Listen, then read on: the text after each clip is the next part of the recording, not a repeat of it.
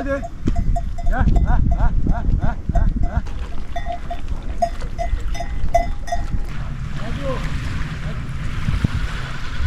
Herkese merhabalar değerli izleyiciler. Kanalıma hoş geldiniz. Bu videomuzda Sinop Ayancık ilçesine bağlı Çaylıoğlu köyünde yaşayan Doğan abiye misafiriz. Doğan abi bu köyde koyunculuk yapmakta. Kendi dilinden köy yaşamını dinleyeceğiz. Yayınımız başlıyor.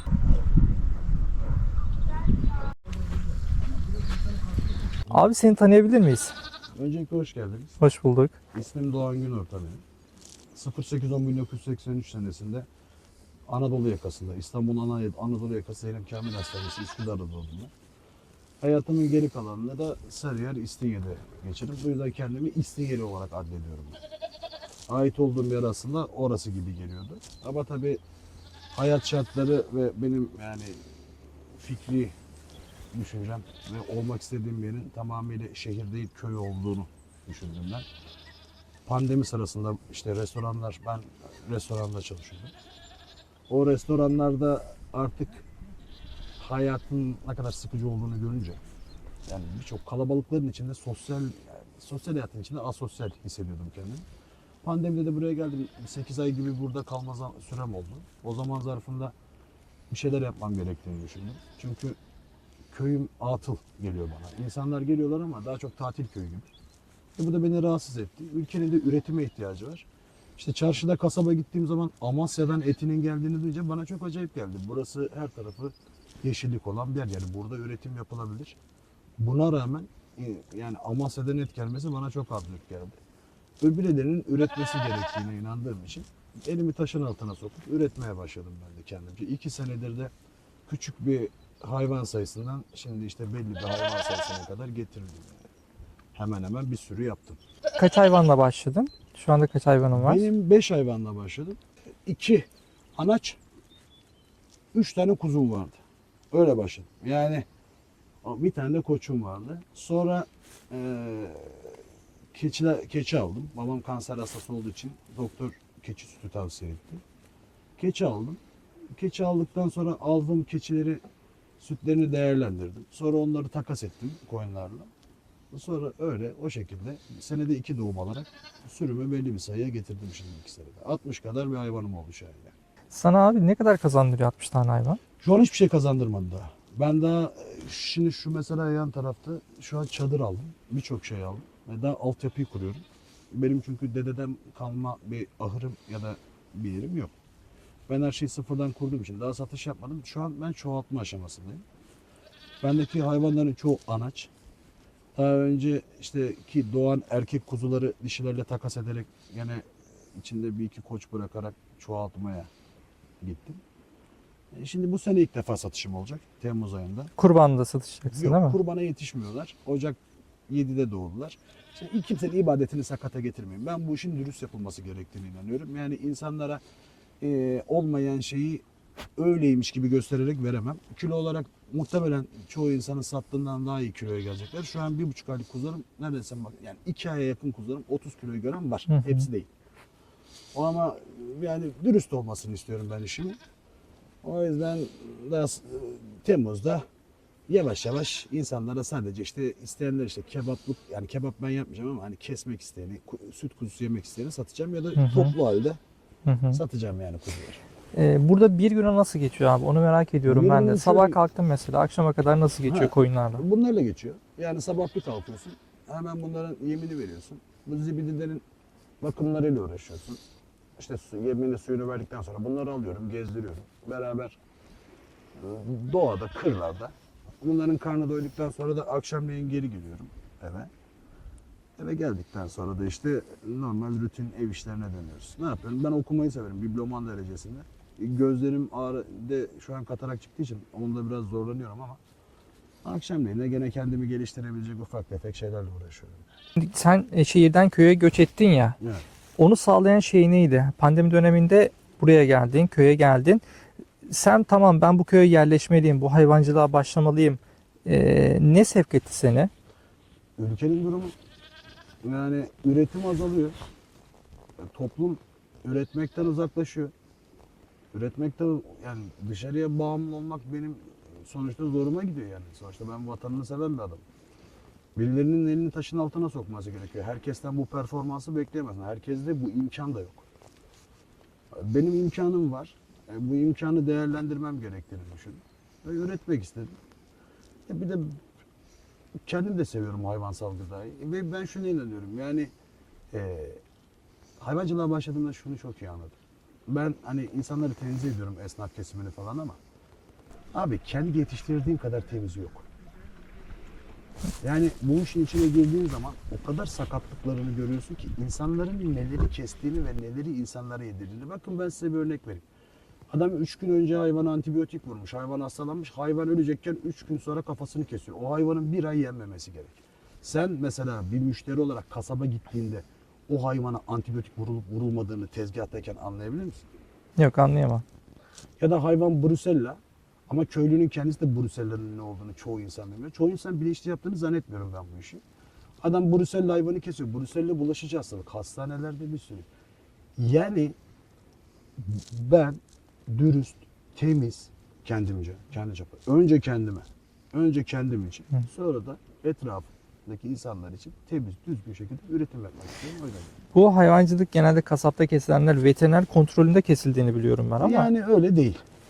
Hı. Ya şimdi şöyle, yani o biraz politik işlere de girer. Ben o taraflarını çok teferruatla anlatmak istemiyorum. Zaten işte Sencer Solakoğlu gibi bir sürü adam çıkıyor anlatıyor.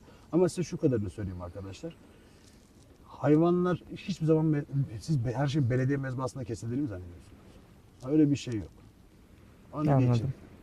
Ve ben şunu tavsiye ediyorum insanlara. Abi üreticiden canlı hayvan alın. Bak, kasap stopajını, kirasını çıkaracak. Eleman parası çıkaracak. 50 tane şeyini çıkaracak. Tamam, eyvallah. Burada canlı hayvanı kesip temizleyip şey yapması var. Bunun bir emeği var. Abi lütfen yapın. Kendiniz bakın, üreticilerden alın. En temiz hayvanı, en temiz eti üreticide yersiniz. Evet. Ben kasapları kötülemiyorum. Yanlış anlaşılmasın da. Hani çok iyi olanlar da var. Sıkıntı görüyoruz abi. Evet abi. Anlatabiliyor muyum? Görüyoruz. Orası Yani ben tabii. mesela hasta hayvanı kasaba vermem, çağırmam. Ben onu mundar gider belki. Kafasını keser, köpeklere bırakırım ama Evet. ben vermem. Kimsenin vebaline girmem. Ama insanlar giriyor. Ha şimdi şu da var. İnsanlar kötü niyetli olduğundan değil bazen. Çokluktan bazıları. Çünkü zor. Çünkü bu hayvanın belli bir yere gelebilmesi için masraf yapıyorsunuz. Yani bu hayvanlar öyle havadan yetişmiyor. Ben o insanları da anlıyorum ama ben başkalarını kendi çıkarım için riske atamam. Evet. Şey merak ediyorum abi. O konu biraz da tabii teferruatlı da. Şimdi şehirdeki hayatla, şehirde de yaşadım dedin ya. Şimdi köyde yaşıyorsun. Aradaki farkları öğrenmek istiyorum abi. Sendeki. Köy şöyle. Şimdi bak, bu aralar YouTube'da falan dikkatini çekiyor. Çobanların takipçilerine dikkat ediyor musun? Evet, biraz çok artış var. Ama neden insanların? Çünkü biz aslında köylü çocuğuyuz. Bizde şehirlilik çok daha yeni bir olgu. Yani insanlar ne kadar zamandır şehirli ki? Ben hep Araf'ta kaldıklarına inanıyorum. Ya benim annem bile şimdi burada belli bir yaşına kadar köyde kalıp sonra İstanbul'a gelmiş. Şimdi bu ne deve ne kuşlar, anladın mı? Hep ama o özlemleri, o çocukluklarındaki o köy, o mis koku. Şimdi bahar en güzel zaman mesela. Evet. Şimdi Nisan, Mayıs. Şunu özlüyor insanlar. Şimdi şehir kalabalık. Evet, bir sürü imkanım var. Bak şimdi ben burada bakkala 11 kilometre uzak. En yakın bakkal bana. Ama umurumda değil abi. Burada kendin çabalayarak bir şeyleri üretiyorsun. Ya şunu söyleyeyim. Canım şehirde tatlı çektiği zaman gidip marketten çikolata alabiliyorsun. Ama şu reçelin yüzüne bakmazsın. Burada reçeli var ya, kavanozu yiyorsun. Yani Evet. bir de burada huzur var abi. Bir de benim kendi adıma arkam deniz. Şimdi ben İstanbul'da buna sahip olabilmek için yani 100 milyonlarca lira, dolar hatta paraya ihtiyacım var. Ya denizi böyle çok uzaktan gören yer bile. Evim ve deniz arası 2 metre. Yani 2 metre abartıyorum tamam mı? Yani 10 metre yani. Evet. 15 metre. Evet. Evim- Denizi gören bir evin var abi Mutluyum ya. abi. Köy güzel, sakinlik, dinginlik. Ha yazın kötü oluyor tabii. Yazın şehir aratmıyor. O da tabii sıkıyor beni. Yazın buraya geliyorlar limana. Hem balık Tabii. tutmak için geliyorlar. Balık tutmak için değil ya. Sadece buranın insanı da geliyor. Değişik insanlar da geliyor tabii. Hı hı. Gelsinler eyvallah da. Abi çevreyi temiz tutsunlar bir kere. Bir de şunu istiyorum. Köye yerleşecek adam lütfen şehri köye getirmesin. Köyde bana diyorlar ki köyde koyun mu bakılır? Nerede bakacağım? İstanbul Sarıyer'de dairede mi bakayım? Bu diyor ki bu horozun sesi ne? İşte burası Kemre. Abi siz köylüydünüz ya. Hayat deriz. Köylere gidiyorsunuz siz. Görüyorsunuz. Hayat dedikleri ne biliyor musun? Evinin altı ahır. Evet, evet, Kokuyla büyüdün ya. Ne oldun sen şehire gittin de? evet. Yani şurada gelmişsin. Abi üreten insana taş koyacak adam köye gelmesin. Ya üretmeye gelsinler. Hayatının son demini, emekliliğini yaşamak için gelenler bir şey demiyor. Tabii ki de gelecek. Ben insanlara hani ben kimim ki? Ama şunu demeye çalışıyorum. Aynı tavsiye. Abi karışmayın. İnsanı üretsin. Sonra ne yiyeceksin? Temizini nasıl yiyeceksin bu adam üretmez? Sen Evet. zaten üretmiyorsun. Evet. Yani ben sinirleniyorum bazen. İnsanlar gelip de böyle saçma sapan. Bu köyde şehirden köye göç etmiş insanlar mı yaşıyor yoksa emekliler mi yaşıyor? Bak burada emekli insanlar yaşıyor genelde. Zamanının yani hayatının belli bir bölümünü bu köyde geçirmişler. Sonra bu köy çok kaptan çıkarmış. Rahmetli olan bir sürü var. Gemi Var. kaptanı. Tabii. Yani aslında bakma global dünyayı o zamanın dünyasını görmüş adamlar şu. Ama değiller abi. Gelince o oluyorlar. Anladın mı? Üzerine çok koymamış kimse. Bak açık söylüyorum sana. Üzerine hiçbir şey koymamış. Nasıl yani abi? Abi şimdi mesela derler ya çok okuyan mı çok gezen mi? Şimdi gezdin mi merakını celbeder senin değil mi? Senin merakı sürükler. Yani dersin ki gidiyorsun ama mesela atıyorum Nikaragua'ya gitti. Merak etmez misin abi? Buranın kültürüne, ne yiyor, ne içiyor, nasıl bir coğrafya burası? İşte atıyorum kuzey ülkelerinden birine gittin. Norveç'e, Danimarka'ya. Merak etmez misin? Ya da bir dil öğrenmek istemez misin? Çünkü global şimdi lingua franca İngilizce. Mecbur İngilizce yani mecbur değilsin ama bilirsen iyi olur. Hani nasıl anlaşacaksın? Bir tane abimiz vardı. Rusya'ya çok ticaretleri vardı. 2 şey öğrenmiş. Diyor ki aç kalmamak için bir hleb, ekmek demek Rusya'da, bir de vada. Bunları öğrendim mi diyor, aç kalmadım orada diyor. Vada ne demek? Su, Ha, su. ekmek, su. Evet. Yani abi bari yani bir şeyler öğrenirsin, gelirsin buraya da o birikimini aktarırsın. Öyle bir şey yok. Buradaki insanların çoğunun çocukları şehire adapte olmuş, şehirde büyümüş benim gibi. Gelip de burada yani ya bakma şimdi kimseye bok küremeye kardeş affedersin de yani kolay kolay kemre hadi diyelim. Yani kolay kimse çizmesi kirlensin istemiyor. Herkes sadrazam gibi. İmkansızlığı olan da var. Bak imkan yapmak isteyip de imkan olmayan insanlar da var. Onları tenzih ediyorum. Ama genel olarak bana sorarsan insanlar işte dedim ya sana ne develer ne kuşlar yani. Buradakiler de aynı şekilde. Hayatının belli bölümünü burada geçirmişler. Çoğu bölümünü şehirde geçirmişler. Hiçbir şey olmamışlar. Yani şey olarak köylü ya da şehirli olmamışlar. Evet. Bak niteliksiz insanlar değiller. Anlıyorum abi. Ama kafaları çok değişmiş. Abi peki bu koyunculuğun zor tarafları var mı? Ben koyunculuğu insanlara tavsiye ediyorum ama şu var. Koyunculuk zor bir meslek ama güzel bir meslek. Mesela şu tepeye çıksam şimdi bana deli derler. Ne işin var o tepede? Deli misin derler. Koyunlarla çıkınca koyun gidiyor diyorlar. Ve ben hakkımı yeniyorum mesela. Anladın mı? Benim gibi adam için güzel. Ben canlılarla uğraşmayı seven yani zaten hayvanları çok seviyorum. Onlarla vakit geçirmeyi seven bir adam. Koyunculuk zor diye bir şey yok abi. Yapın. Yani imkanı olan bahçesinde hiç olmazsa 2 tane kuzu baksın. Abi kendin üretmek kadar güzel bir şey var mı ya? İstanbul'da apartmanda o balkonunda 2 tane biber fidesi ekip de o biber böyle 3-5 tane biberin alınca ne kadar mutlu oluyorsun? Yapıyorlar değil mi İstanbul'da onu? Büyük İnsanlar şehirlerde. Yani var çok özlem. Balkonunda, Tabii. saksıda domates, Avokado biber yetiştiriyorlar. yetiştiriyor adam Öyle mi? ya. Benim adını telaffuzunda zorlanacağım meyveleri yetiştiriyor adamlar. Feijoa yetiştiriyor falan böyle. Uruguay menşeli. Evet. Yani yapanlar var. Ama o adamların imkanı. Bak o adamlar buraya gelseler bir şeyler yaparlar biliyor musun? Ama burada imkan olup da yani atadan dededen yani sadece burası için geçerli değil. Benim köyüm özelinde değil. Genel olarak. Yani bu imkanı olanlar ilgilenmiyor, imkanı olmayanlar da buna çok özeniyor. Ben onu sana söyleyeyim. Bizim Sinop mesela çok verimli bir yer. Tamam dağlar denize paralel Karadeniz'de. Ekecek alan çok yani o kadar böyle hani ne bileyim bir Güneydoğu işte Diyarbakır bilmem ne ya da işte Ege'nin belli muhtelif bölgeleri gibi değil ya da Marmara, Trakya gibi düzlük ve çok verim. Ama abi bu kadar üniversitede bu kadar ziraatla alakalı mühendis yetiştiriliyor bilmem ne. Abi gelin yokuşta ne içer? Rize'de bak adamlar Rusya'dan çay getiriyor. Çay Rusça bir kelime bize geçen. Adamlar getirmişler. Çay ekiyorlar. Şimdi Rize, Trabzon fena mı oldu gelirler var. Evet. Hı. Üretim daha çok artması gerekiyor. Tabii. Evet. Üretmemiz gerek kardeşim. Önce kendimiz için. Ailemiz için. Hı hı. Ya çünkü şu an işte pestisitli ürünler bilmem ne 50 tane şeyde görüyorsunuz işte. Ulusal medyada, sosyal medyada. Ne yediğini bilmiyorsun abi. Ve ben şunu söyleyeyim. Sistem o kadar acımasız ki sana bakmıyor yani. Sen sağlıklı yedin yemedin değil. O adam o karına bakar. O adam onu çöpe atmıyor. Sana yediriyor. Anladın mı? Sen de ambalajlanıp da o canlı şeyin içerisinde ne olduğunu bilmeden yiyorsun. Bence öyle. Evet. Ben üretmesinden yanayım. Özellikle böyle ilçelerde oturan insanlar. Bir tane keçi bakın 2 kilo süt veriyor. Şu keçiler abi çok merak ettim. Çok tatlı yani yavruları var. Onların cinsi ne? Sanem. Bu İsviçre menşeli bir keçi. Hı hı. Yani bu bizim burada Allah rahmet eylesin. Reşit Hoca bu sönmez işte Türk geldi Tahirova koyunun aynı zamanda. Yerli sanem diyorlar bunlar aslında. Daha çok yani buraya adapte etmiş. Çünkü coğrafya olarak işte o Alplerde artık nasıl? Biraz Soğuk iklime uygun keçiler mi? Bizdeki biraz değil ya. Bizim Fiona Hanım öyle yağmuru falan çok sevmiyor. Yani yağmuru falan gördün mü hemen saçağın altına bir yere girer. Güzel bir keçi. Yani tavsiye ederim. Yağ oranı diğer keçilere göre düşük. Mesela Maltız gibi ya da işte şimdi Halep revaçta falan. Onlar kadar değil. Verimi iyi. Yani çok güzel tatlısını yaparsın. İçimi güzel. Mesela bende kara keçi vardı. Doğu Karadeniz menşeili. Kıl keçisi Balı mi? gibi tadı vardı. Onu içemiyordun abi. Çok sert bir aroması vardı. Böyle.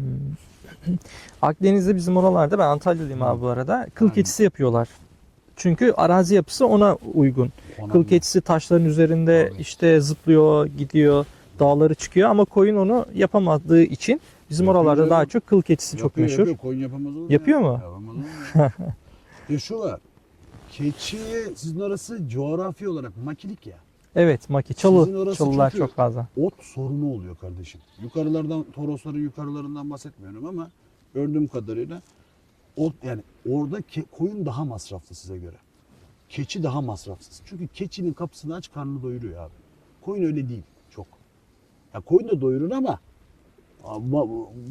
yani keçinin işte keçi dal ağaç tarzı şeyler dediği için kabuğa kadar. Koyun biraz daha gezmek zorunda. Bir de koyun keçi hassas hayvan aslında. Koyunun bakımına çok dikkat edeceksin. Koyunun hastalandı mı tedavisini yapmayacaksın abi. Koyunu hastalanmadan önleyici veterinerliğini baştan yapacaksın. Hastalandığı zaman koyunu kurtarmak çok zor. Onu söyleyeyim yani. Evet. Sen ne yapıyorsun abi önlem için koyunlara? Ya ne yapıyorum?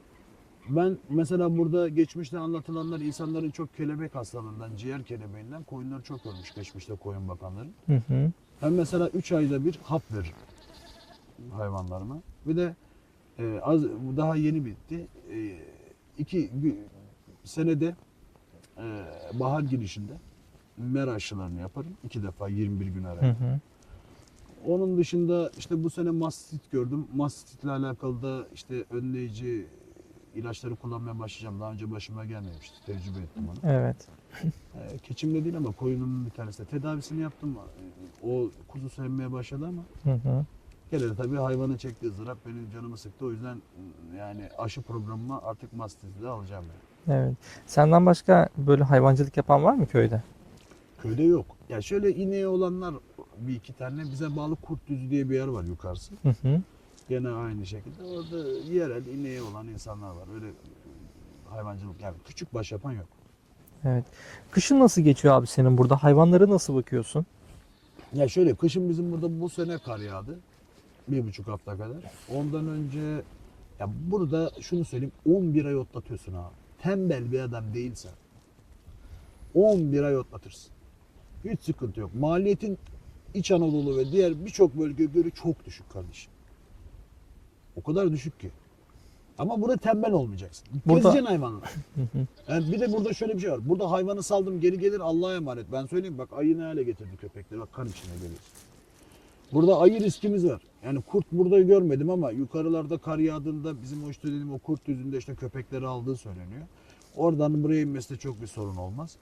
Yani hayvan da burada serbest. Başında duracaksın. Bırakmayacaksın. Salma yapamazsın burada. Başında durman gerekiyor Abi değil mi? burada salma yaptığın zaman garanti veriyorum sana 2-3 tanesi geri gelmez. Evet. Yani başında duracaksın. Kışında ben öyle geçiriyorum. Hep bunlarla geçiriyorum. Geziyorum. Ben gezmeyi çok seviyorum. Ben evde oturmayı sevmiyorum. Hani bir yere sıkışıp, çünkü ben hep hayatım boyunca hesap kitapla bir ekran başında durarak 20-21 senemi verdim. Sıkıyor beni abi. Hani klostrofobim yok ama daralıyorum, anladın mı? Gezmek daha çok hoşuma gidiyor.